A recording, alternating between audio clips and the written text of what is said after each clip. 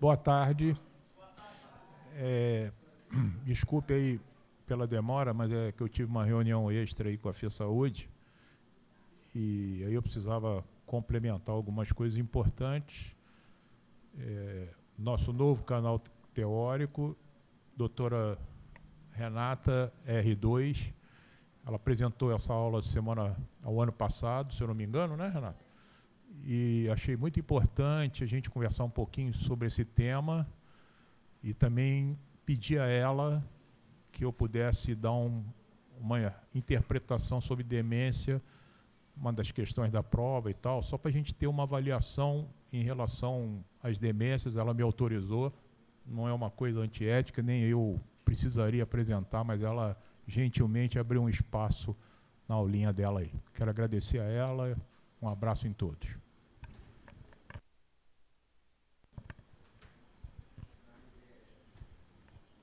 Boa tarde, gente. Vou falar... Tá por vir? Vou falar... Tá ligado? Alô? Oi? Tá. Então, gente, eu vou falar um pouquinho do tema, né, de geriatria na atenção primária. Pode passar. Então, só um minutinho. Por que eu pedi a Renata? Porque a Renata está fazendo R2 e eu já sei que ela tem pretensão a fazer depois uma residência em geriatra. Então, geriatria, ela gosta de idosos, então por isso que eu pedi para ela falar um pouquinho de idoso.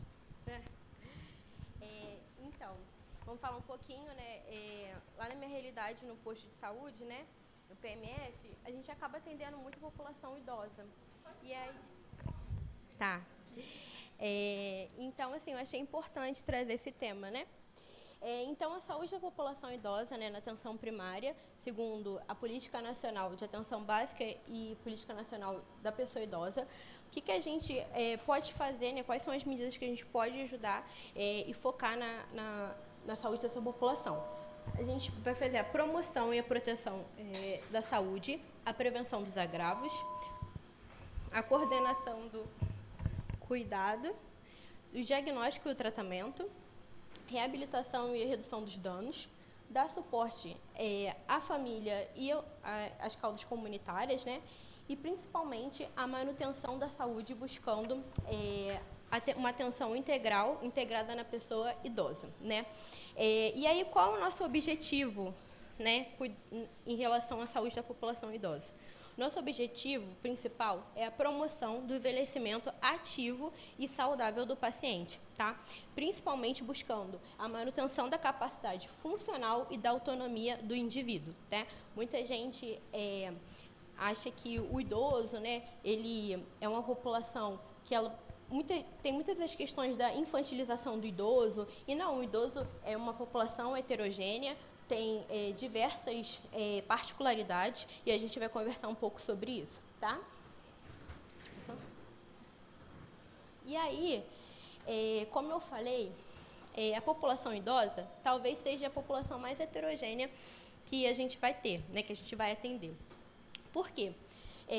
Todos os hábitos de vida do paciente, ele vai interferir ao longo da velhice dele, né?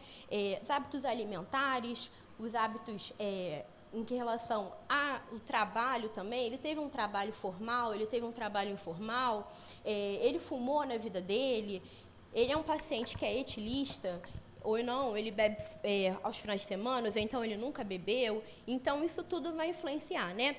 Os níveis socioeconômicos, né? Esse paciente, ele conseguiu se alimentar adequadamente, ele tem uma alimentação que provém nutrientes, ou não, um paciente que, infelizmente, não consegue ter uma alimentação saudável e acaba comendo muita gordura, muita fritura, né? O nível de escolaridade, né? O entendimento do paciente, como que ele vai... Eu acho que isso é muito importante, a gente entender que o paciente idoso, ele é diferente, né? Cada paciente é um paciente, tem essa particularidade, e a gente tem que fazer com que o paciente entenda, né, o que a gente está falando. Então, a gente atende analfabeto.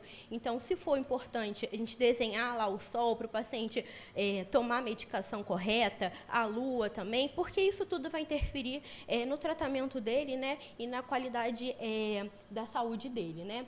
Então, tanto a medicina de família também quanto a geriatria, né, é importante a medicina centrada na pessoa, né, a gente enxergar o paciente como um todo, né? O paciente não é só o coração, o paciente não é só o pulmão, não é só o cérebro. Então, assim, a gente tem que ver tudo, né, o paciente como um todo, porque se fragmentar não vai dar certo, tá bom? Então, assim, como eu já falei, individualizar o idoso e olhar o paciente como único, né? Cada paciente tem a sua particularidade. E aí, como eu já conversei um pouco, a gente tem que parar e refletir, né? Quem é o idoso que eu estou atendendo, né? Quem é esse paciente que está na minha frente? É um paciente tabagista, fumou a vida dele toda? É um paciente que tem um trabalho mais sacrificante, né? Um trabalho informal, ficou o dia todo, a tarde toda no sol, né? Como é que está a pele dele? Ou um paciente etilista, que bebe durante anos da sua vida, bebe aos finais de semana. Ou não, é um paciente que ele está ativo, um paciente que se alimenta muito bem, um paciente aqui com 105 anos feliz, né, ainda trabalhando. Ou é um paciente que está deprimido, às vezes o filho mudou de estado, e aí tem aquela questão do síndrome do ninho vazio, né? Então, isso tudo a gente tem que avaliar. Aqui, eu coloquei também essa diversidade, né, do paciente, que também a gente tem que analisar. É um paciente que ele tem uma mobilidade ou não? É um paciente acamado? Ou é um paciente que precisa de um andador, precisa de uma cadeira de rodas? Ou não, o paciente está muito bem, está dançando, vai lá, frequenta a academia, frequenta a igreja, é um paciente que consegue fazer uma palavra cruzada, ler livro, ou não, um paciente que é analfabeto. Então, isso tudo a gente tem que pensar, né? E aí, é importante a gente falar que nem todo idoso é frágil, tá? Como eu falei, a gente pode ter pacientes com idades iguais, mas fragilidades diferentes. Às vezes, o paciente tem 75 anos, ele é super ativo. Ele consegue ir no supermercado, ainda trabalha, ele tem uma capacidade funcional, e às vezes o outro não. O outro paciente tem 75 anos, é acamado, tem múltiplas comorbidades. Será que esse paciente ele vai se beneficiar se eu fizer uma cirurgia ortopédica, se eu tiver que botar uma prótese, ou será que talvez seja uma intervenção desnecessária? Mas já aquele paciente que ele é ativo, ele já vai se beneficiar. Então, isso tudo a gente tem que pensar, tá? Então, o idoso frágil, a gente tem que ver que ele tem maior chance de eventos adversos, né? Como a heterogenia, o declínio funcional e os maiores gastos em saúde. É muito importante a gente perguntar para o paciente: como é que é a sua percepção de saúde? Você está bem? O que você acha? E aí tem paciente que fala: não, doutora, eu estou ótimo, estou muito bem, eu ainda trabalho, eu ainda vou para o mercado, vou na minha igreja. E aí, realmente, aquele paciente, tem estudos que mostram que o paciente realmente ele consegue ter mais anos de vida, né, ter mais qualidade de vida. E o paciente, ao contrário, ele que já fala: não, eu não estou mal, eu não estou muito bem, não vou durar muito. E esse paciente tem mais chances de mortalidade, tá? E aí, em relação a essa questão da fragilidade do idoso, eu coloquei essa parte do que é o status do idoso, né?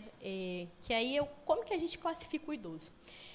A gente classifica em idoso robusto, idoso frágil e o idoso de risco de fragilização. O idoso robusto, ele consegue realizar suas atividades, né? Tem uma saúde mental preservada, uma saúde motora. Então, assim, como que a gente vai tratar esse paciente? A gente vai usar as evidências atuais, né? Evitar os subtratamentos e a gente sempre pensar, se o paciente ele está bem de saúde, ele vai se beneficiar daquele tratamento. Foi como a questão que eu falei da cirurgia ortopédica, né? Às vezes o paciente ele está conseguindo realizar todas as suas funções, então ele vai se beneficiar dessa prótese, né? Já o acamado, né, que é um paciente idoso frágil, né, que ele reúne uma incapacidade cognitiva, uma estabilidade postural às vezes, uma imobilidade, ele já não vai se beneficiar, né? Então, assim, é importante a gente, principalmente no idoso frágil e no idoso em risco de fragilização, a gente individualizar, tá? Aí a gente falou muito do robusto, né, e do frágil, e tem o paciente que é risco de fragilização. O que é esse paciente? São pacientes que geralmente têm sarcopenia, tem algumas comorbidades, e aí esse paciente a gente tem que usar as evidências, mas com cautela, né? Ver se considerar se esses riscos de intervenção são necessários, se ele vai se beneficiar, se não. Então, isso tudo é importante para ser avaliado. Tá? Aqui tem a escala, né, de fragilidade. E aí, na segunda escala visual de fragilidade, o idoso robusto, né, ele está aqui nessa parte de 1, 2 e 3, né, que seria o envelhecimento fisiológico, né, que é a senescência. O que é a senescência? É um envelhecimento saudável, né, o envelhecimento benigno, são as coisas que realmente acontecem no envelhecimento. Já o idoso frágil, ele vai estar nos estratos 6, 7, 8, 9 e 10, né, que já é senilidade. O que é senilidade? É esse envelhecimento mais patológico, né? Então, seria essas comorbidades da população idosa. E tem o intermediário, né, que seria o 4 e o 5, né, que é o idoso com risco de fragilização, que aí já tem algumas comorbidades, já tem sarcopenia e talvez um comprometimento cognitivo leve. E aí, como que é a consulta do idoso, né? O que é importante a gente avaliar? Importante a gente fazer uma avaliação médica, né, com anamnese, exame físico completo, né, e solicitar exames complementares quando necessário, tá? Então, por isso é importante a gente individualizar. A avaliação funcional, como é que está a capacidade funcional de realizar as atividades de vida diária do paciente. A avaliação econômica, né, que reflete no estado de risco nutricional, o trabalho, né, como a gente já conversou. A avaliação cognitiva, como eu botei aqui, ouvir o paciente. Como eu falei, é muito importante, né, a gente perguntar essa questão da percepção de saúde do paciente. E também a gente ouvir as suas vontades, a sua autonomia, né? Ele tem esse direito, né? Então, o idoso, ele não é uma criança, né? Ele é um paciente que tem as vontades, né? Então, é importante a gente respeitar. Ter a avaliação afetiva, né? Condições emocionais, como é que está o humor, né? Na medicina de família a gente consegue observar isso, porque a gente tem um atendimento mais longitudinal do paciente, então a gente às vezes consegue perceber, aquele paciente, ele não era assim, ele parece que está entrando num quadro de demência, a família fala, ele está mais esquecido, então, assim, é importante a gente avaliar. E também o suporte social, né? Disponibilidade e adequação do suporte familiar e social. Esse paciente, ele tem uma rede de apoio? Ele pode contar com os filhos, ele pode contar com os vizinhos, ele frequenta a igreja, a associação de moradores está de olho nele, então, assim, sabe que ele é um paciente frágil, um idoso frágil, muitas vezes sem rede de apoio, muitas vezes sozinho, então é importante a gente saber, tá? E aí, eu botei que a gente não pode deixar de perguntar, né? Como é que é o domicílio desse idoso? Às vezes a queixa, o paciente ele cai muito, mas como é que é a casa dele? A casa dele tem tapete antiaderentes, no banheiro tem aquelas barras de apoio, né? Então, assim, isso tudo tem que ser questionado, né? Perguntar em relação à imunização, esse paciente, ele tomou a vacina da gripe, como é que está a Covid, ele tomou também? Então, é importante a gente perguntar. Perguntar sobre constipação, incontinência urinária, sobre atividade sexual, né? O idoso, eles transam. Perguntar sobre o sono, né? Muitas vezes o paciente fala, ai, doutora, eu não estou dormindo direito. E aí você pergunta, mas como é que como é que você está dormindo? O paciente, estou dormindo 7 horas da noite, 8 horas, estou acordando 4 horas da manhã. Então, assim, já tem mais de 8 horas por dia, né? Então, ele está dormindo bem, só está meio desregulado o sono. Perguntar sobre higiene do sono, né? Como é que se ele está sendo feita. Perguntar também sobre espiritualidade, né? Que é bem importante a gente perguntar se ele vai para a igreja, se ele frequenta, né? Se ele tem alguma rede, né? Se ele crê em alguma coisa. Avaliar sobre equilíbrio, mobilidade, osteoporose e quedas, né? E o rastreamento de câncer, que a gente sabe que tem algumas neoplasias, né? Que tem maiores índices na população idosa. E aí, coloquei sobre uma avaliação sobre a funcionalidade do paciente, né? tem a funcionalidade ela é dividida na capacidade funcional, na autonomia e independência. A autonomia é a capacidade de decisão do paciente, né? Eu quero ver esse filme, eu quero ir embora. Então, assim, autonomia está ligado diretamente à decisão e à cognição, o humor desse paciente. Já a independência é ligada à execução.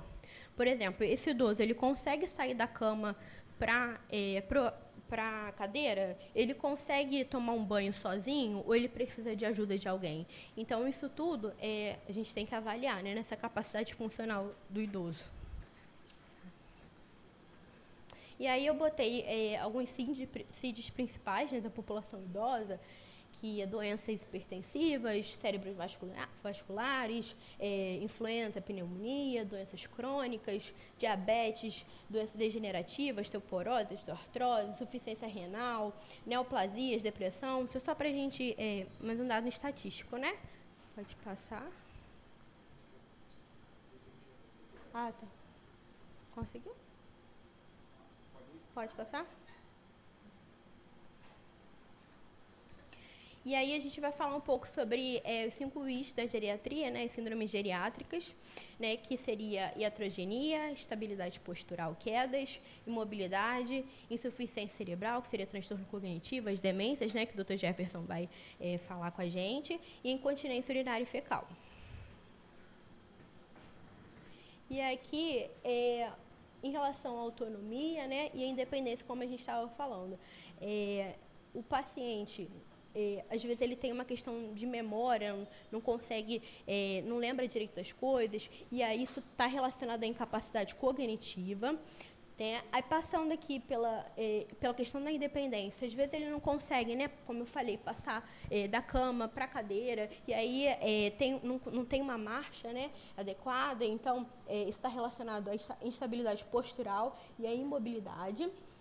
E na questão da incapacidade comunicativa, né? Como é que está a visão desse paciente? Será que ele tem uma catarata que está atrapalhando ele? Então, e também relacionado à iatrogenia, né? E à insuficiência familiar, né? Que a gente coloca um pouco aqui de lado, mas está super relacionado, né, nessa avaliação. Iatrogenia, né? Então, eu botei ali iatro, médico, geno que produz e a doença, né? O que é isso? São afecções decorrentes da intervenção diagnóstica ou terapêutica do médico ou qualquer outro profissional de saúde que esteja certa ou errada, justificada ou não, resultando em consequências prejudiciais à saúde do paciente.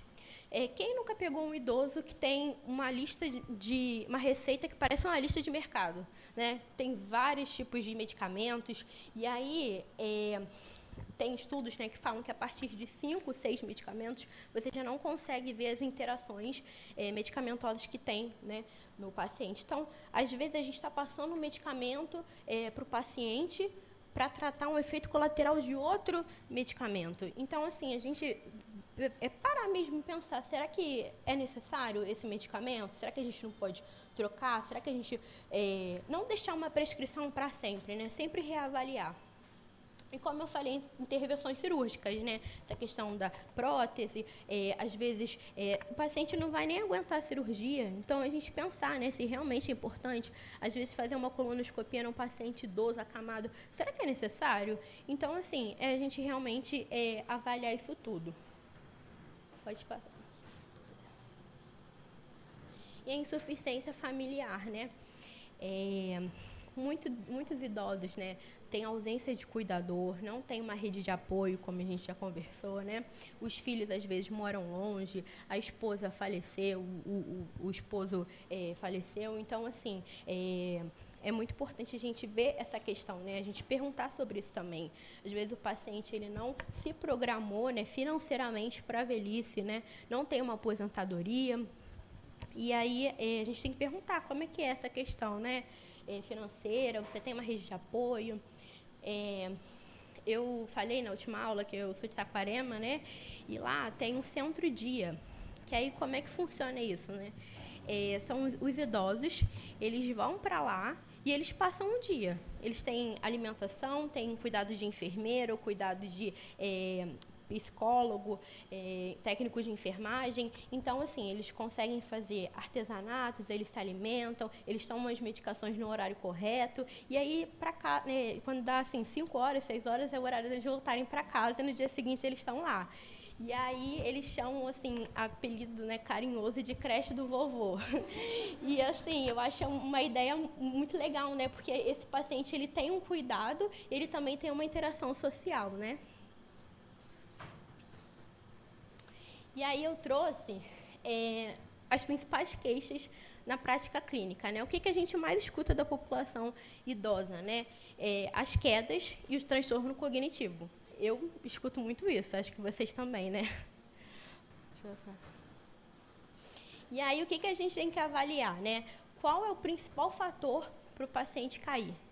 Uma queda, uma outra queda. Então, assim, os pacientes que caem têm 50% de chances de terem outras quedas. Então, assim, a gente tem que perguntar, né? Tem que investigar o porquê que isso está acontecendo. Então, as quedas, elas são associadas às causas neurológicas, né? O AVC, doença de Parkinson, demência, musculoesqueléticas, sarcopenia, osteoartrite, sensoriais, né? Deficiência visual, neuropatia periférica, deficiência auditiva, cardiovasculares, às vezes uma hipotensão postural, uma arritmia, uma síncope e outras causas, né? Hipoglicemia, polifarmácia, distúrbio do sono. Então, isso tudo a gente tem que olhar, né? E aí, como é que tem que ser o exame físico pós a queda, né? O que a gente não pode deixar de avaliar?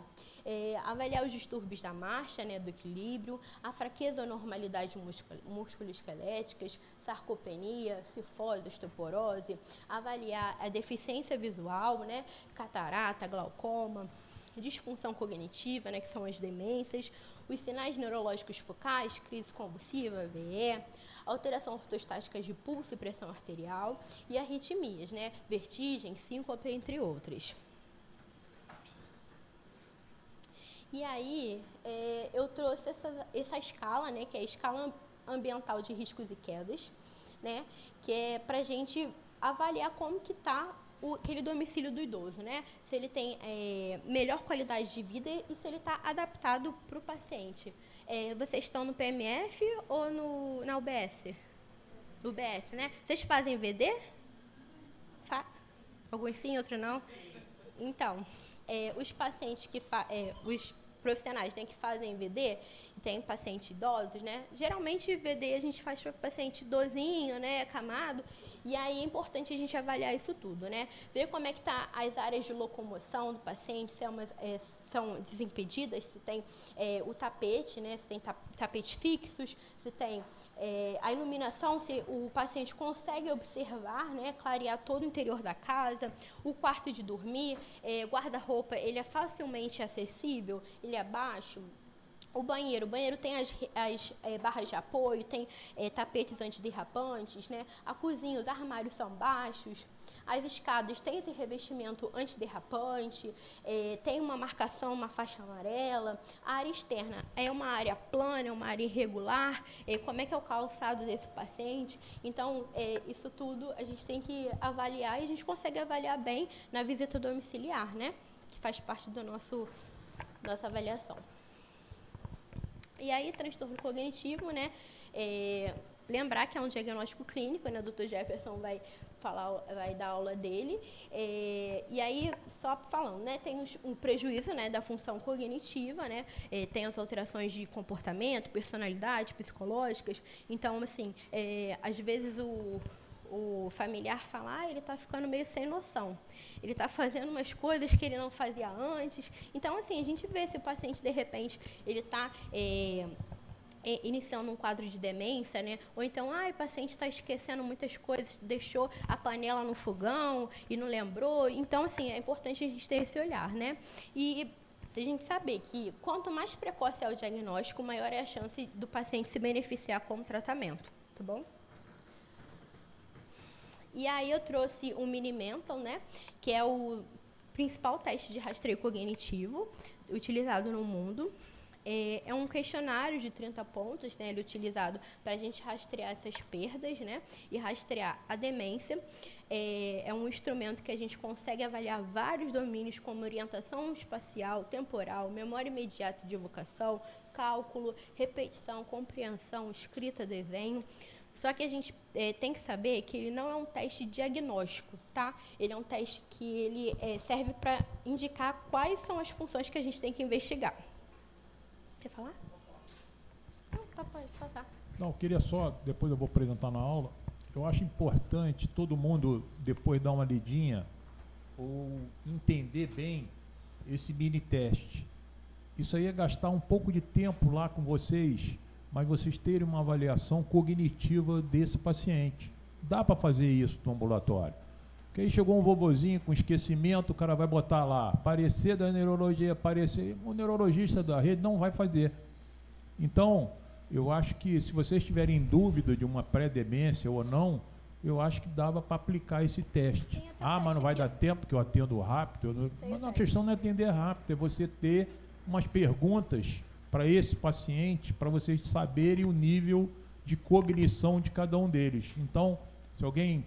Isso aí tem tudo quanto é livro e artigo. O mini-teste é uma coisa muito básica, que eu acho que todo mundo podia aplicar antes de pedir o parecer, porque aí você já tem uma pontuação para saber em que nível cognitivo está esse paciente.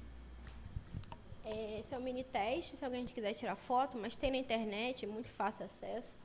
E como o Dr. Jefferson falou, a gente perde um tempinho, mas na realidade você vai estar visando a saúde do paciente, né? Então é super importante. E a gente vê, assim, alterações que às vezes a gente nem espera. Uma vez eu perguntei para o paciente, a que ano nós estamos? Ele falou, 1931. E assim, falou sério, eu fiquei tipo, tá, e você tem que, né, terminar o teste, mas eu não estava desconfiando, né, de uma possível demência, mas aí, conforme você vai fazendo, você vê que tem que ter um olhar sobre isso.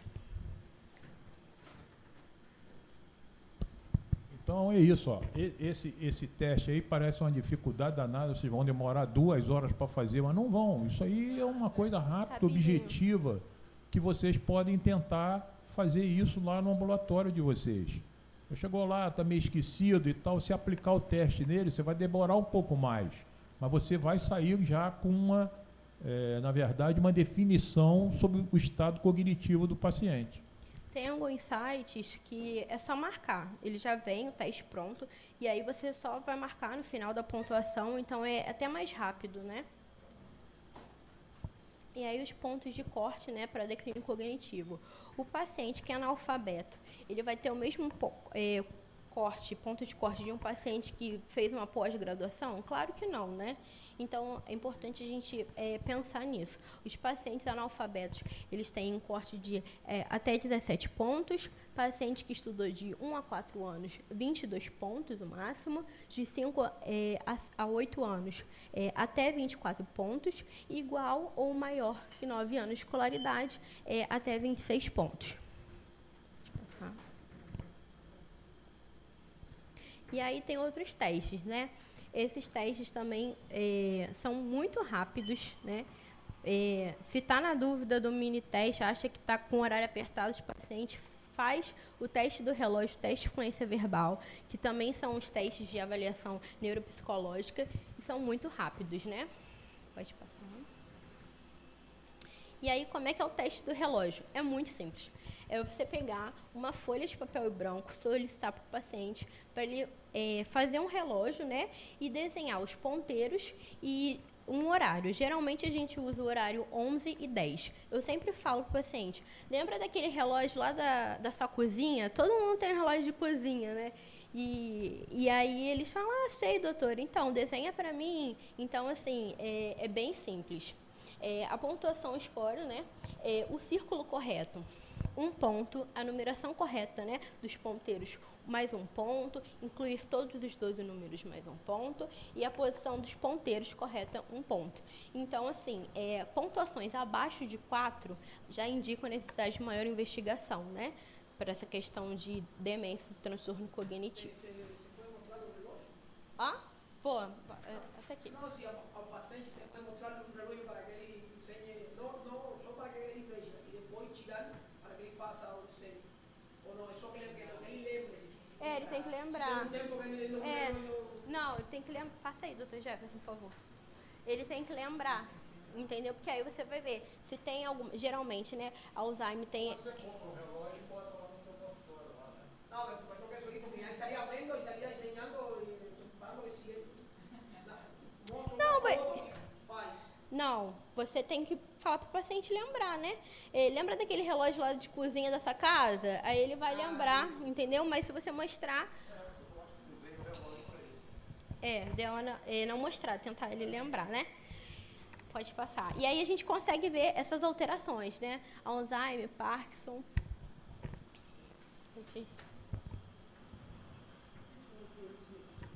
E aí outro teste que é mais rápido ainda, que é o teste de fluência verbal, né? Eu sempre falo para o paciente que é um teste para ele não ficar nervoso, que às vezes eu falo, vou fazer um teste com você, eles ficam super nervosos. E aí é só você falar, não, é só para a gente ver aqui se a gente tem que pesquisar mais algumas coisas, né? E é muito simples. Falar para o paciente falar o nome de todos os animais, bichos que ele lembra, o mais rápido possível, uma marcação de tempo em 1 minuto. Então, assim, eu sempre coloco, né, o cronômetro e pergunto para o paciente. E aí eles vão falar todos os nomes, né, de bichos que eles lembram. Até 8 anos de escolaridade incompleto, geralmente o corte, né, é de 8 a 9 animais, e mais de 8 anos de escolaridade é de 12 a 13 animais. Deixa eu passar. E aí eu coloquei atenção primária, né, e a geriatria. O que a gente pode contribuir, né, que eu acho que é tudo uma soma, né, o que a gente faz no posto, né, como médicos de família, até quando a gente tem que encaminhar para o especialista focal. E como que a gente pode ter esse retorno? Porque, assim, não é só a gente encaminhar o paciente, né? A gente é responsável pelo cuidado. Nós, no posto, né, na atenção primária, nós somos responsáveis pela coordenação do cuidado do paciente. Então, assim, é importante a gente, quando a gente encaminha o paciente, saber, pedir a contrarreferência, perguntar, e aí, como é que foi no geriatra? O que ele falou? Passou alguma medicação? Então, assim, é importante a gente ter esse retorno. Só que a gente lá, na atenção primária, como que a gente consegue ajudar, né? O especialista focal. Identificar o idoso mais frágil, né? Rastrear as demências, né? Fazer os testes cognitivos, que são muito simples. Como eu falei, nós somos responsáveis por coordenar o cuidado, né? A gente vê quando nós, como médicos de família, a gente consegue resolver até 85%, 90% dos problemas de saúde da população, que a gente não consegue, a gente encaminha para o especialista focal, mas é importante a gente ser o médico de referência do paciente, né? O paciente ter a referência, essa coordenação do cuidado. Analisar como é que é a condição do domicílio do idoso, e conhecer os recursos comunitários, né? Como eu falei, conhecer os vizinhos, saber quem é rede de apoio, saber se o paciente frequenta uma igreja, frequenta se ele tem alguma outra religião, né? Como é que é essa parte de interação dele, se a associação de moradores está ciente desse idoso mais fragilizado, que isso tudo vai ajudar, né? Pode passar. É referência que eu usei. E aí, eu coloquei uma frase, né? Porque muitas vezes a gente reclama, a gente está ficando velho, que saco, né? Ninguém gosta de envelhecer. Só que a gente tem que pensar que envelhecer é um privilégio. Só envelhece, só não envelhece quem morre, né? Então, assim, acho que a gente tem que agradecer a Deus por a gente estar envelhecendo, né? E é isso, pensar que a gente é responsável pelo nosso envelhecimento ativo. Então, todas essas prevenções começam hoje. Então, vamos começar a pensar na nossa velhice, né? Como é que a gente quer ficar? A gente quer ficar um idoso saudável, um idoso ativo ou um idoso acamado, né? Então, eu acho que é um questionamento aí para a gente pensar.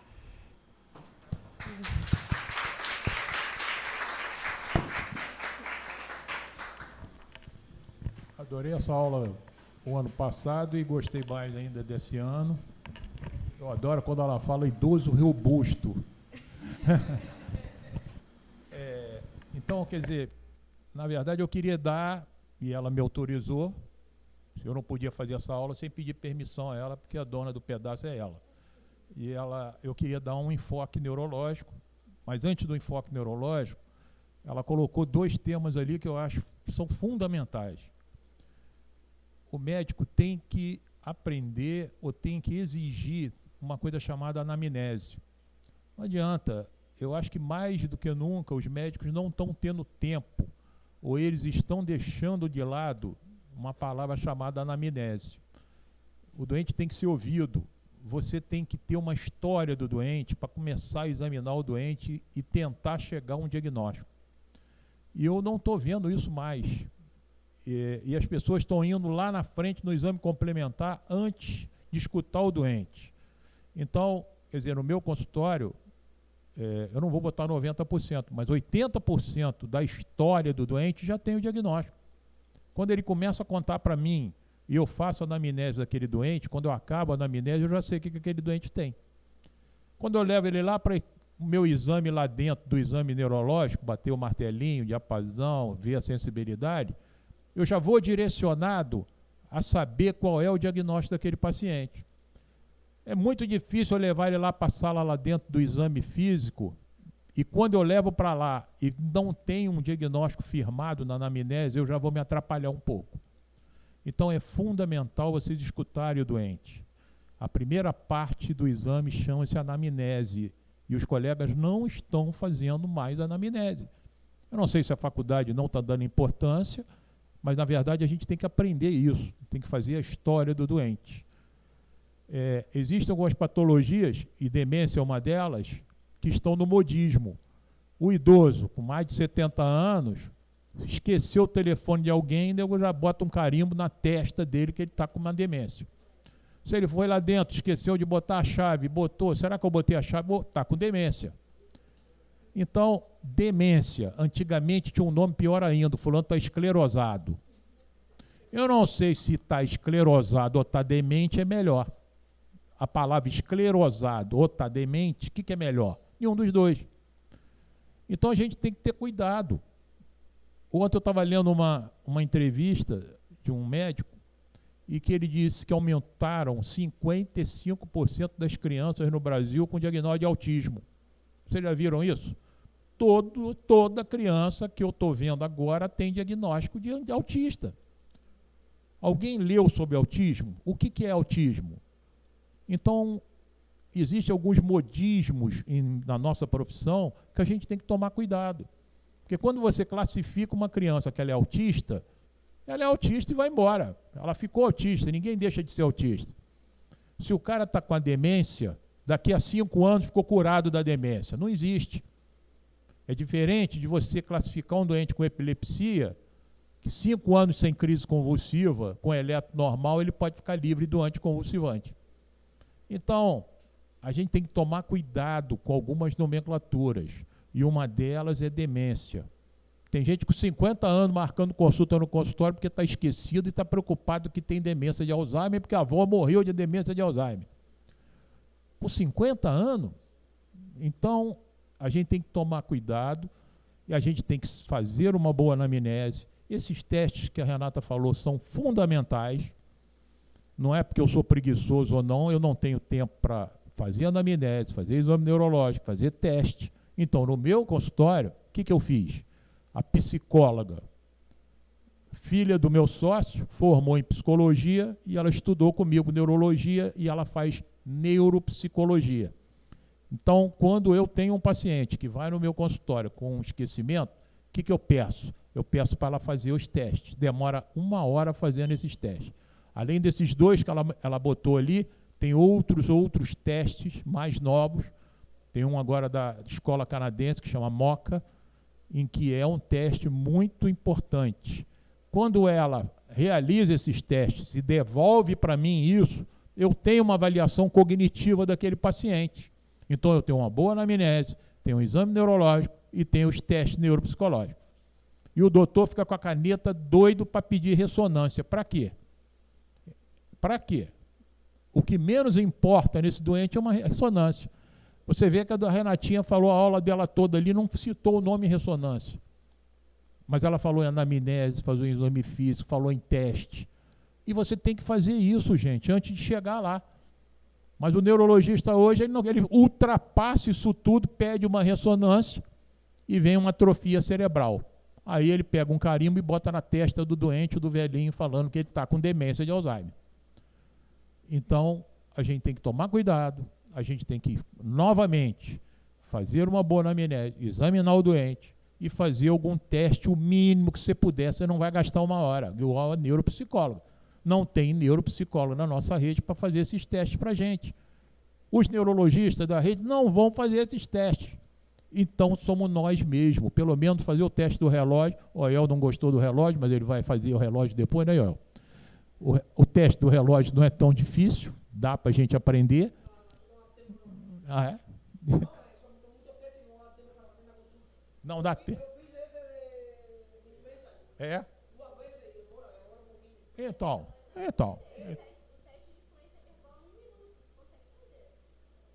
Depois ela vai te ensinar. E aí, a gente começa a falar um pouco de demência e entra mais ou menos no que ela já falou mesmo. Eu não precisava nem dar essa aula, mas é só uma entrada do neurologista ali com algumas coisas mais decisivas em relação à neurologia. A aula que ela deu foi uma aula de geriatria do idoso. E aí eu estou entrando um pouquinho em neurologia. É um déficit cognitivo que ele pode ser leve, ele pode ser moderado e ele pode ser grave. Não adianta o doente chegar no teu consultório com a demência já grave, é muito difícil você reverter ou melhorar. Não há como. Demência é uma doença degenerativa. Ela pode agravando e vai agravar.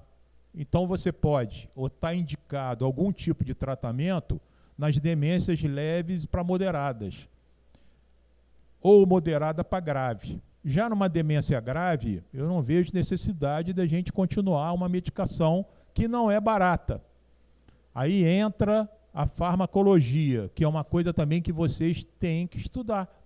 Vocês têm que saber remédio, têm que saber efeitos colaterais, porque às vezes o doutor vai passando, é o que ela falou, passa não está dormindo, dá clonazepam, o outro vem, dá melatonina, o outro dá não sei o que, e vai somando 10 remédios, com mais o quadro cognitivo.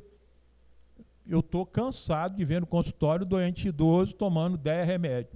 Eu chego lá, tiro aquilo tudo, a família me olha assim meio de banda, e eu falo, tira esse remédio todo, deixa só antipertensivo, deixa o remédio do diabetes, agora clonazepam, essas coisas todas. Bom, clonazepam, o velhinho toma 10 anos, você não pode tirar de repente, senão pode fazer supressão a benzodiazepina.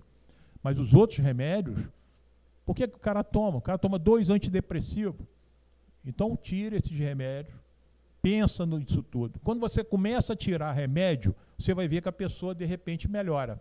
Porque a interação desses remédios, de ação central, podem levar a um tipo de esquecimento. Então, a gente tem que conhecer um pouco farmacologia. Quando você passa um antidepressivo, aquela ação daquele antidepressivo que você passou, qual é? Não sei. É para depressão. Pô, mas tem o anticolinérgico. Tem o remédio que atua na recaptura de serotonina. Então, tem outros que são IMAL, inibidores da monamina oxidase. Então, eu não estou falando besteira, eu estou só dizendo a vocês que cada um tem uma ação. Tem um que é dopaminérgico. Por que eu vou dar um antidepressivo dopaminérgico? Melhor dar para quem? Para doença de Parkinson. Porque doença de Parkinson, o que é? Não é a depressão da dopamina? Olha aqui o que você está fazendo. Você está dando um Prolopa, que é a dopamina, e está dando um antidepressivo dopaminérgico.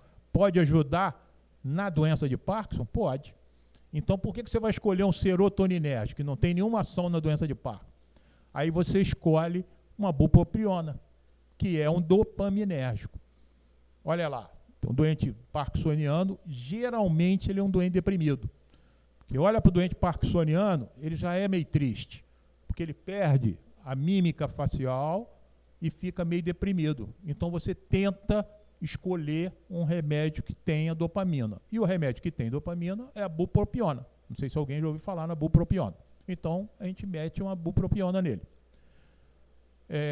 A amnésia, que é a perda da memória, ela pode ser anterógrada, retrógrada ou global. O que é isso? Anterógrada é uma amnésia recente. O cara vem aqui, deixou a chave, foi lá dentro, como onde é que eu deixei a chave mesmo? Ele esqueceu onde ele deixou a chave. É uma perda da memória recente. Você almoçou hoje? Não, eu não almocei. Mas como não almoçou? Nós fomos na rua, não lembro. Você não lembra que você almoçou hoje? Não. Então, isso é uma amnésia anterógrada. A amnésia retrógrada é aquela lá atrás. As doenças corticais, que é o Alzheimer, começa por memória recente. É aquela perda recente da memória. Ele lembra que há 2 meses ele viu um filme, mas ele não lembra o filme que ele viu ontem. Então, é mais ou menos esse tipo de amnésia que a gente encontra no início das demências.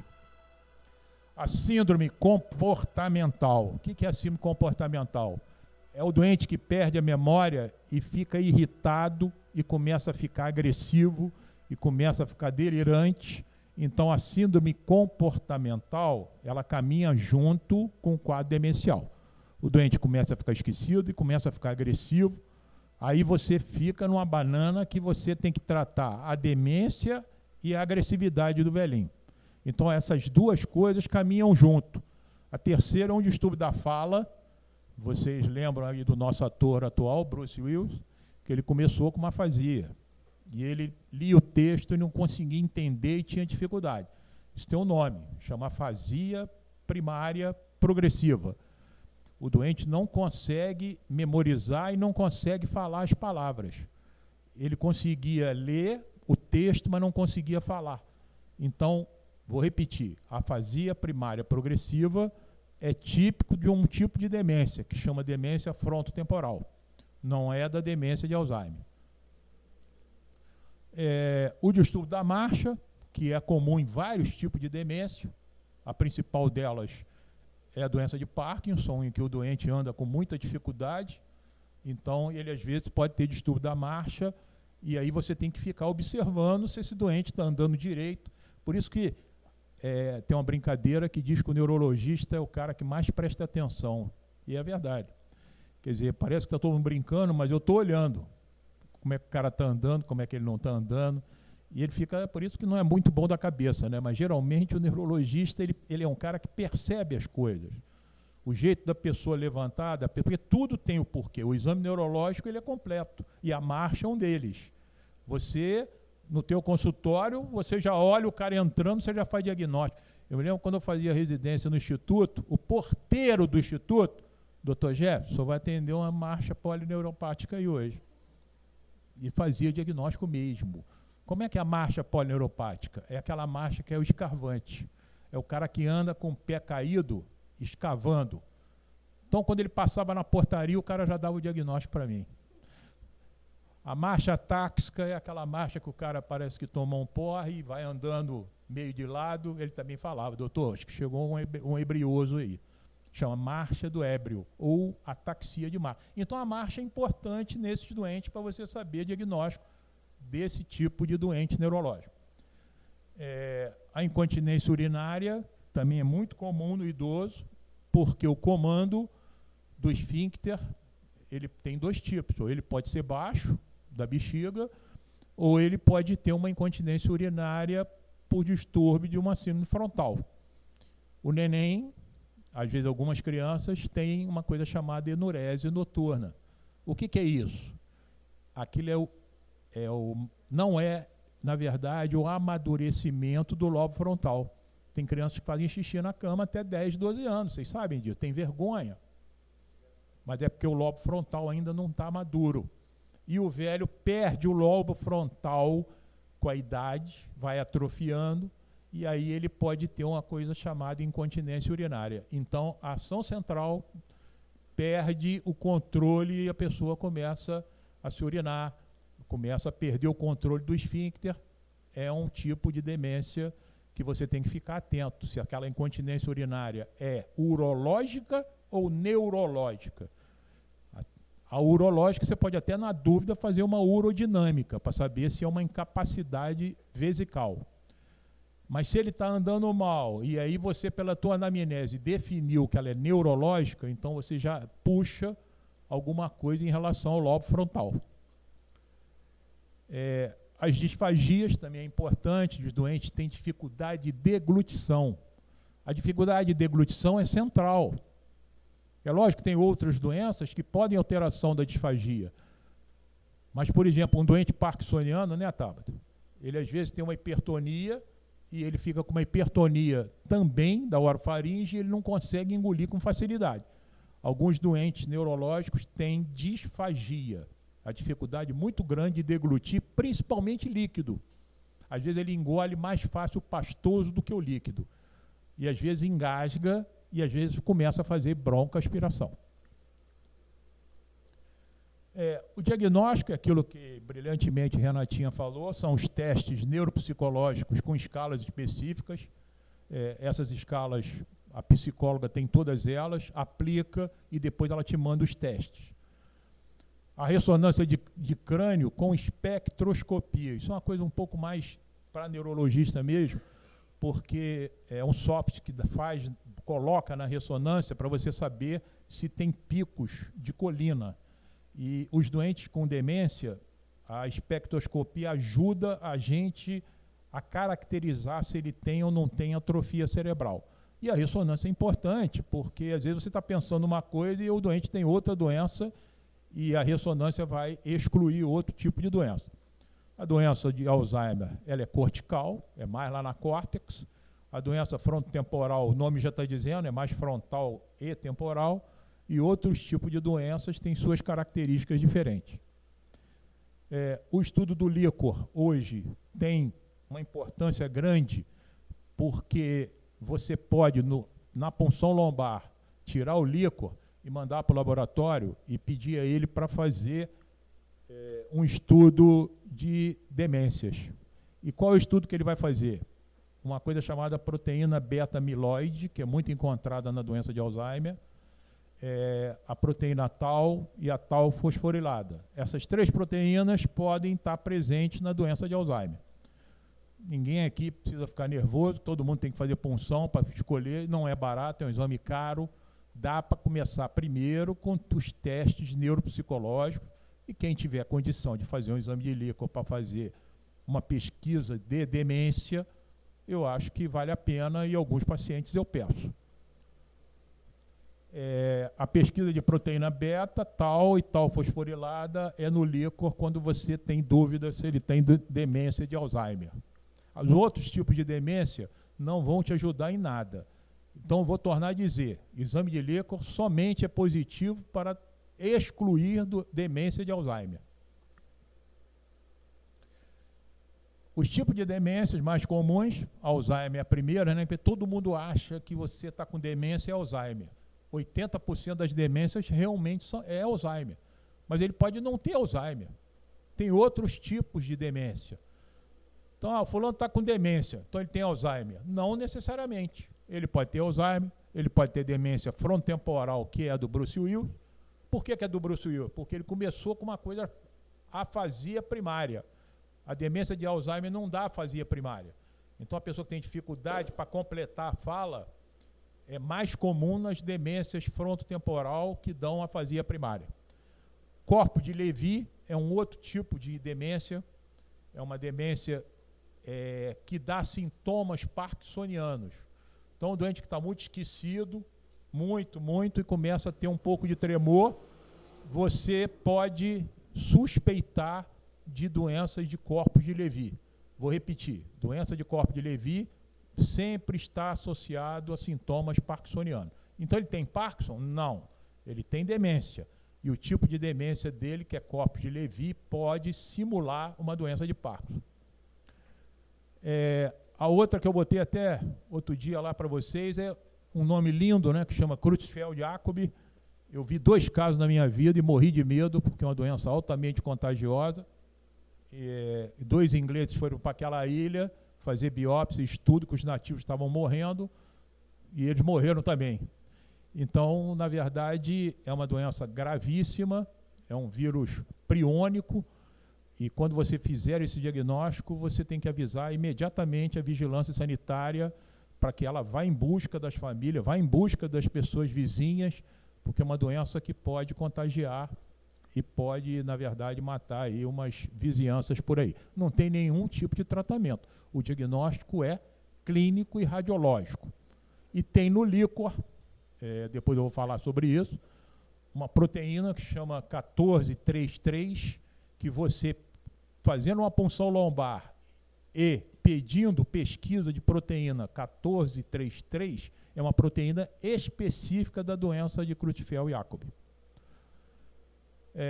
Parkinson, o paciente tem Parkinson e fica muito tempo com a doença de Parkinson, que é uma doença degenerativa, ela pode, no final do tempo da doença em questão, se tornar demente. Então o doente começou com uma demência de Parkinson, lúcido, e a proporção que o tempo vai passando, o cérebro vai atrofiando e ele pode ir fatalmente para um tipo de demência que chama demência parkinsoniana. Não adianta a gente pensar que o doente tem Parkinson e começou a ficar esquecido, a gente achar que ele está com Alzheimer. Então ele tem duas doenças, ele tem Parkinson e tem Alzheimer. É mais comum você pensar que ele ficou esquecido porque a doença de Parkinson dele avançou. Então, o avanço da doença de Parkinson pode levar a uma demência. Os Parkinson Plus são primos. Às vezes tem doentes que não tem aquele Parkinson clássico, tem mais rigidez. Aí são outros tipos de Parkinson que aí é do âmbito neurológico, para a gente aqui não perder muito tempo. A hidrocefalia, o que é hidrocefalia? Os ventrículos laterais cerebrais, todos devem saber, com certeza, no cérebro tem os ventrículos, e aqueles ventrículos produzem líquor. Aqueles ventrículos vão crescendo com o tempo, e a proporção que o cérebro vai atrofiando, eles podem ficar muito dilatados, e há uma possibilidade nesses doentes ter que botar uma válvula para drenar aquele ventrículo. Então você acha que o doente tem uma demência de Alzheimer, na verdade ele tem uma hidrocefalia. E se você botar a válvula e a válvula der certo, o cara ficou bom. Andou melhor e a cabeça ficou boa, ele não tinha Alzheimer e o tratamento foi com a válvula que você botou. As doenças vasculares, aquele doente que teve 1, 2, 3, 4 acidentes vasculares cerebrais, microacidentes vasculares cerebrais, ele pode levar a uma demência, que chama demência multi-infarto. Então o doente tem mais de um infarto cerebral, 3, 4, e começou a ficar esquecido, ele está com Alzheimer. Não, ele não está com Alzheimer, ele está com demência multi-infarto. São doenças vasculares que levaram aquele paciente a ficar com uma demência. Isso é que eu acho muito importante. É você sempre ter na sua cabeça que doenças clínicas podem dar esquecimento e você está fazendo um diagnóstico errado. O doente foi lá no teu ambulatório, você examinou ele, é impeditivo que você afaste doenças clínicas que podem dar esquecimento nos doentes. Vamos lá. Hipotiroidismo. O cara chegou lá, gordinho, perna inchada, não sei o quê, e você falou que tem Alzheimer porque ele está esquecido. Mas não pediu nenhum hormônio tiroidiano para o doente. Quando você pediu, você viu que o TSH estava alto. E quando você tratou com Puran ou com remédio para tireoide, acabou a demência do doente que você achou que ele tinha. Então toma cuidado. Doenças clínicas, vou repetir, doenças clínicas podem simular síndromes demenciais. E são curáveis. Se você deu o hormônio do tiroidiano, você curou a demência do cara, olha que legal. Ele não tinha demência nenhuma, ele tinha uma pseudodemência. Outra coisa é depressão, muito comum. Toda pessoa tem direito a ter depressão, até o idoso. Você acha que a depressão só dá em 40, 50, 30? Não, pessoa com 70 anos, perdeu a esposa, ou perdeu o ele está deprimido. E a pessoa muito deprimida, ele pode fazer um nome chamado pseudodemência depressiva. O cara está muito deprimido, fica muito esquecido pela depressão, você dá um antidepressivo e o cara fica bonzinho. Então como é que ele ficou bom da demência com o antidepressivo? Ele não tinha demência, ele tinha depressão. Às vezes, muitos casos do idoso tem as duas coisas. Ele pode ter demência e pode ter depressão. Ah, mas aí como é que eu vou fazer? Você faz o teste E a psicóloga vai dizer a você, pelos testes, se ele tem demência e tem teste para depressão também. E aí você, muitos doentes meus tomam os dois, tomam remédio para memória e para depressão. Mas você tem que ter certeza desse diagnóstico. É difícil, mas a gente tem que ter esse feeling para a gente entender isso. Ansiedade, aquelas pessoas extremamente ansiosas, uma ansiedade brutal pode dar esquecimento. Tem gente que é muito ansioso, novinho, novinha, mas muita ansiedade pode perder um pouco a memória. A pessoa começa a ficar esquecida, não lembra as coisas. Se você não tomar um ansiolítico, você vai ver que a sua memória não vai ficar boa. E você não tem demência nenhuma, você só tem ansiedade. Então, os transtornos de ansiedade podem mimetizar uma demência. Carência de vitamina B12, tem que entrar no exame quando você chegar no consultório. Quando chegou no ambulatório, quais são os exames que você deve pedir de rotina? Um hemograma, um hormônio tiroidiano, uma dosagem de vitamina B12, VDRL. Alguns doentes, há muitos anos que eu aprendi isso no Instituto, sifilítico, poderiam ter uma pseudodemência, ou chama-se paralisia geral progressiva. Então, dentro do seu screen, você tem que pedir hemograma, tem que pedir hormônio tiroidiano, tem que pedir vitamina B12, tem que pedir VDRL, para você afastar essas doenças clínicas que podem levar ao esquecimento. Oi? HIV também faz parte, eu acho que você pode pedir também. E o último, que eu acho que é o mais importante, é o abuso excessivo de medicamento de ação central. Isso que a Renata falou é toda hora. É o cara chegar com uma folha de remédio, é clonazepam, mitriptilina, não sei o quê, com mais remédio para serotonina, outro para não sei para onde. O velhinho está tomando aqueles 10 que um compete com o outro, interage com o outro. E aí está completamente letárgico. Meus amigos, na dúvida, tira essa galera toda, deixa só o benzodiazepínico se ele tomar muito tempo. Você não pode retirar benzodiazepínico de uma hora para outra num doente que já toma bastante tempo. Eu já vi muito doente ter convulsão, já vi muito doente ficar muito grave porque você retirou o benzodiazepínico dele imediatamente. O cara toma frontal há 10 anos. Ele vai no teu consultório e você fala assim, para o frontal. Que legal, cachaça. Por que que o alcoólatra tem convulsão? Alguém tem ideia por que que o alcoólatra tem convulsão? Alguém quer falar? Por que eu? Não. Hã? Não. Hã?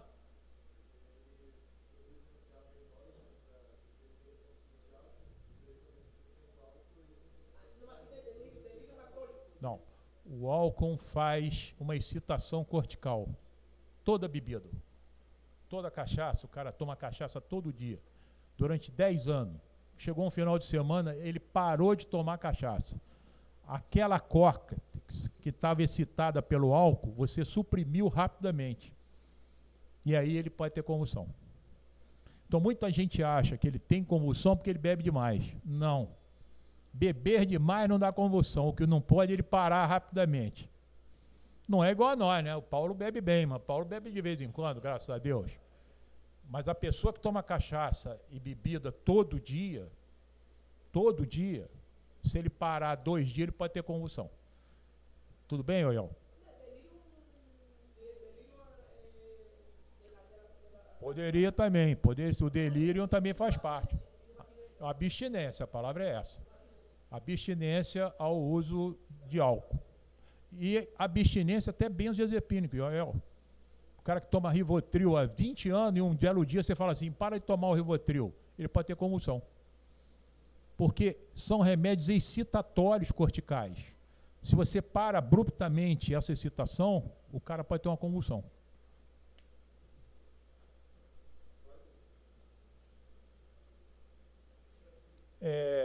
Bom, em relação ao tratamento, foi o que caiu na prova, eu achei uma brutalidade de perguntar isso, porque vocês não fizeram prova de neurologia, né? Vocês fizeram prova para revalida. Mas, de qualquer maneira, eu tenho que vender meu peixe aqui, porque fui eu que lá e pedi para fazer essa questão, né? Então, eu não podia contar a vocês, mas fui eu que fiz a questão, né? O tratamento ele se baseia em dois mecanismos. Um é inibindo o glutamato. É uma medicação que impede, porque o glutamato, ele é a base de cálcio, ele entra na célula nervosa, nesses doentes. Então você tem que tomar um remédio para inibir a entrada do cálcio dentro da célula nervosa. O impedimento dessa entrada neuronal tem uma substância que chama memantina. Era uma questão da prova. Então vou repetir. 2 receptores cerebrais são importantes para você retardar a demência. Um que é a inibição do glutamato. Então você usa, vou repetir, memantina. Memantina tem uns 20 memantina no mercado. Eu não vou falar aqui os 20, porque senão nós não íamos sair daqui hoje. Mas o nome farmacológico chama-se memantina. Era a questão de uma questão da prova. O segundo são remédios que neutralizam uma enzima chamada acetilcolinesterase. Por que ele inibe? Porque ele aumenta a entrada da acetilcolina dentro da célula. Então eles acham que o favorecimento da acetilcolina dentro da célula favorece que o doente não fique tão esquecido. Então ele inibe a enzima que degrada a acetilcolina. Você está fazendo assim? Sacanagem eu falar agora, né? Não. E aí tem vários remédios, ó. Donepezila é um deles, o outro é rivastigmina e o outro é galantamina. 3 remédios. Então 3 remédios podem ser usados para inibir a acetilcolinesterase. Tem uma opção no mercado. A rivastigmina é uma que eu gosto mais, porque tem um adesivo. Você pode abrir igual um band-aid e colar no peito do velhinho, 24 horas, no outro dia ele toma um banho, tira aquele adesivo, joga fora e cola em locais diferentes. Todos os remédios para demências são carésimos. Então a indústria farmacêutica vai querer que todo mundo dê esses remédios para os velhinhos que estão esquecidos. E vocês não caiam nessa situação, porque o cara vai gastar esse adesivo uns R$700 por mês. Então você tem que ter cuidado. Não entendi. O que você falou? Vai gastar o triplo, porque ele coloca e esquece, você vai ver que chega com o adesivo até no teste. Então, quando você classifica um doente de demência, você também tem que pensar que esse doente não vai ficar curado. Você vai dar R$700 até a morte dele. Então, é isso que eu acho que a gente tem que ter tranquilidade para falar, não, essa pessoa tem demência e tem que tomar esse remédio. Então, vou repetir aqui. Memantina impede a entrada do cálcio. E o outro mecanismo é você inibir a acetilcolinesterase. Se cair de novo na prova, não vai dar para errar. Então, são 2 mecanismos diferentes para tratar a demência. Você está agindo num receptor e está agindo no outro receptor. Esses 2 tipos de receptores são independentes um do outro. Deu para entender bem aí? Não. Aqui que quem falou que botou... Você vai colocar em começo sempre por el glutamato e depois associa com inibidor da acetilcolinesterase. Não, você já começa junto. Todos 2, porque um age num receptor e o outro age no outro. Você começa a memantina e paralelamente você já dá donepezila também. Associar os 2 remédios. Alguém falou que usou quetiapina, não foi A quetiapina são neuroléticos que ajudam na síndrome comportamental. Então aquele velhinho que está gritando, muito agressivo, aí você pode usar a quetiapina. Mas ele não é um remédio usado para tratamento da demência. Deu para entender? Por exemplo, o cara está muito agitado, você deu... Então, vou repetir, quetiapina é usado como síndrome comportamental. Como Aldol, aloperidol, esse remédio, Fenergan, um remédio para baixar um pouco a gravidade da agressividade do vovô lá e da vovó que está gritando, está delirando. Então, você pode usar um neuroléptico. O neuroléptico mais usado no momento é a quetiapina. Por quê? Eu te pergunto, Romulo, tem ideia? Hã? Porque a quetiapina tem menos efeitos extrapiramidais colaterais. Os outros neurolépticos podem dar síndrome parkinsoniana. O que dá mais é o DOL. Então, eu era chamado no Instituto de Psiquiatria ou no Hospital de Psiquiatria para tratar Parkinson nos malucos que estão internados lá. Por quê? Porque eles usavam esses neurolépticos e davam um Parkinson iatrogênico. Entenderam ou não? Você chegava lá no Pinel, que eu trabalhava do lado do Pinel. O Pinel era um instituto de psiquiatria. Você olhava aqueles pacientes psiquiátricos tudo assim, ó. Pô, mas isso aqui era o quê? Era uma cidade de Parkinson? Mas não era, você olhava a prescrição, todo mundo tomando Aldol. Muita gente usa e tem essa nomenclatura, mas a prometazina hoje já diz que não adianta absolutamente nada. Biperideno, que chama Akineton. Exato. Correto. Mas o problema do biperideno é que ele é um anticolinérgico, ele aumenta o delírio e a agitação. Aí você usa um remédio para ele não dar Parkinson, mas piora a agressividade do doente. Não, eu sei, mas você está certo. Exatamente. Aí você usava um neuroléptico, que era o Aldol, e botava o biperideno para diminuir ou minimizar a ação do neuroléptico para não dar síndrome parkinsoniana. Hã?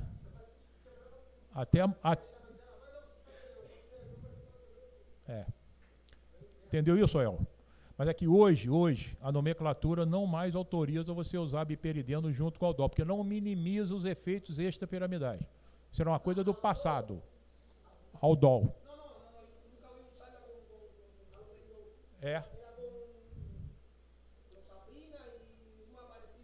É um neuroléptico desse qualquer, atípico. Todos os neurolépticos atípicos, todos, dão fenômenos extrapiramidais. Os dois únicos que não dão é quetiapina, que o Rômulo falou, muito comum, que não dá doença extrapiramidal, e um remédio chamado clozapina, que é o Pinazan. É um grande remédio, mas é um remédio que tem efeitos colaterais, pode dar granulocitose, aí é uma coisa mais complicada, você tem que pedir um exame de sangue semanal, pelo menos 4 semanas. Clozapina ou quetiapina. Mas o Rômulo está certo. Quetiapina tem uma ação melhor. Tá legal? Tá vendo ali? Quetiapina, clozapina e outros. Eu particularmente adoro a clozapina.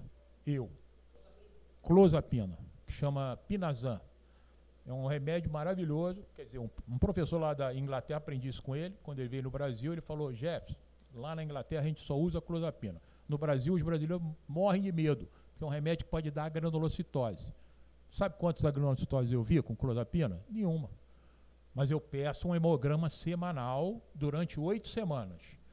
Se ele não fizer a granulocitose nas 8 semanas, você pode mandar de parar, senão ele vai ficar com anemia, de tanto você colher sangue dele.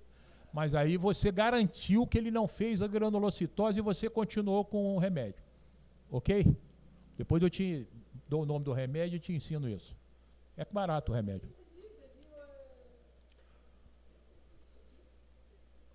O idoso tem que tomar muito cuidado com uma coisa chamada benzodiazepínico. A pessoa com 70, 80 anos, ele pode ter 2 efeitos. Você pode sedar muito doente e pode ter uma outra coisa mais grave, efeito paradoxal. Às vezes o idoso vai tomar um Lexotan para acalmar, agita mais ainda. Vai tomar umas gotinhas de Rivotril para ele ficar mais calminho, ele vai morder você e vai fazer um banzé. Então, toma cuidado com benzodiazepínico para idoso. Eu não gosto, particularmente, de usar benzodiazepínico para pessoas idosas. O velhinho não está dormindo de jeito nenhum, vou dar um Lorax, vou dar um Frontal. Eu, Jefferson, não gosto. Eu não estou dizendo que eu sou o melhor do mundo, isso não está escrito na literatura. Mas eu não gosto de usar benzodiazepínico para idoso. Eu prefiro usar quetiapina, que é um neuroléptico, que não dá sintoma extrapiramidal e dá uma certa sedação. É um bom remédio. Tem outros remédios que você pode tentar usar. Tem gente que usa até melatonina. Remédio que dá um soninho, aí você dá uma melatonina. Pensa no idoso igual um bebê. E você ficar usando muito benzodiazepínico não é legal. Por quê? Ele dá dependência. É um remédio de receituário azul. Eu conheço gente viciada em tomar frontal, e vocês conhecem. Se você não tomar frontal ou não tomar o remédio, tal. Mas o cara toma frontal e dorme a noite toda há 20 anos. Paciência, você vai continuar dando frontal para aquele cara. Mas se você começa com benzodiazepínico, você tem que ter cuidado para esse doente não ficar viciado com remédio. Pode perguntar.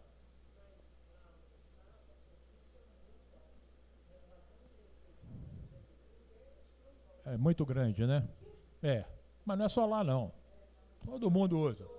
Todo mundo usa. Não, mas aí... eu tenho um contador e advogado, que é meu amigo, há 20 anos ele toma frontal, de 2 miligramas, à noite para dormir. Dorme bem aberto. No final de semana ele foi... Eu vou te escutar depois, Paulo, que eu sei que você quer falar.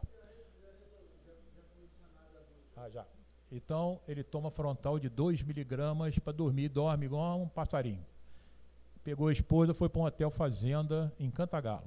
Chegou lá sexta-feira de noite, quando ele olhou para ela, falou, cadê meu frontal? Ela falou, esqueci.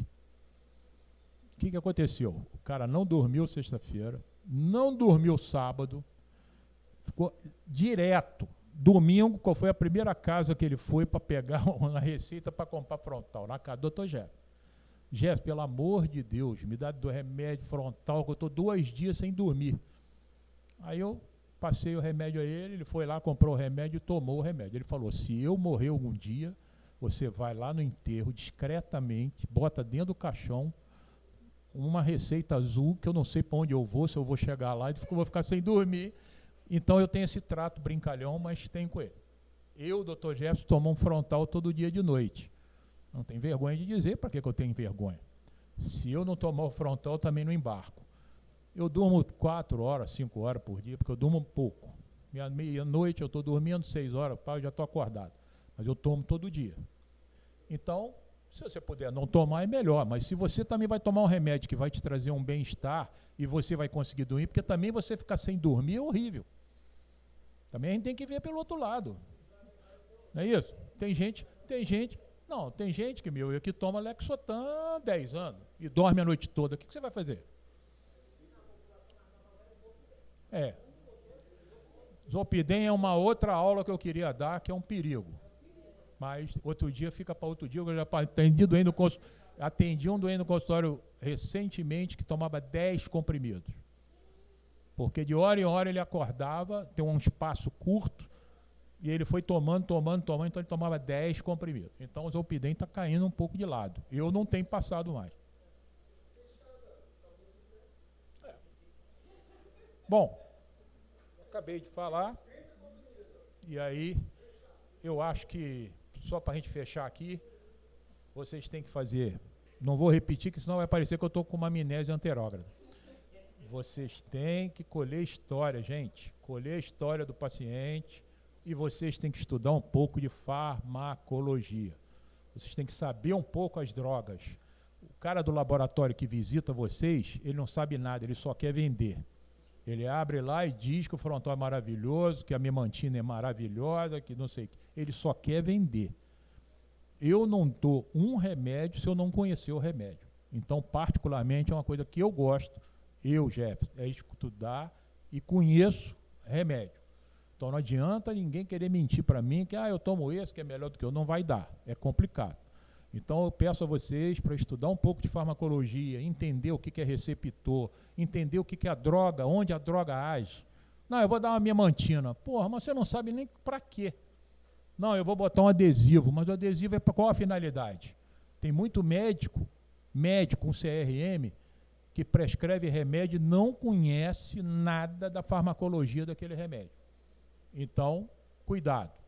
Cuidado, porque são remédios que preocupam, são remédios que têm efeitos colaterais e tem remédios que dão. Tem remédio que engorda. Como é que você vai passar um remédio para uma mocinha que engorda? Ela vai ficar um arara contigo. Então, cuidado. Tem remédio que prende o xixi, tem uma ação anticolinérgica. Tem remédio que o doente tem glaucoma, e que você dá o remédio pode aumentar a pressão intraocular. Olha o perigo. E você não sabia. Então, isso é uma aula boa. Interações medicamentosas, estudar um pouco sobre isso, reconhecer a ação dos remédios, para a gente não sair sapecando remédio aí sem necessidade. Só para acabar, o Ael tem razão, há muitos anos atrás se usava um neuroléptico junto com a Kineton, que era um anticolinérgico, para inibir a ação do neuroléptico, ou minimizar. Lembrou o nome de 20 anos, vai ter que sofrer tomando pimosina com piperidina. Exatamente. E ela estava tranquila com a essa pimosina com piperidina. Mas eu não sei como que ela está usando pimosina. Pimosina já saiu do mercado há muito tempo. Estou falando 2000, eu já tive uma médica em 2018, 2017. Entendi. É, porque agora a pimosina não tem mais, ela saiu do mercado. Ela saiu do mercado. Era um neuroléptico brilhante, eu adorava. E é neuroléptico. Farmácia não parou de produzir o remédio, não se acha mais, chamava Orap. E era um remédio muito usado para crianças que tinham tique. Aquelas crianças que tinham careta, fazia caretas, era usada a pimoside, era a primeira escolha, chamava Orap. Usei muito. Saiu do mercado. Ok?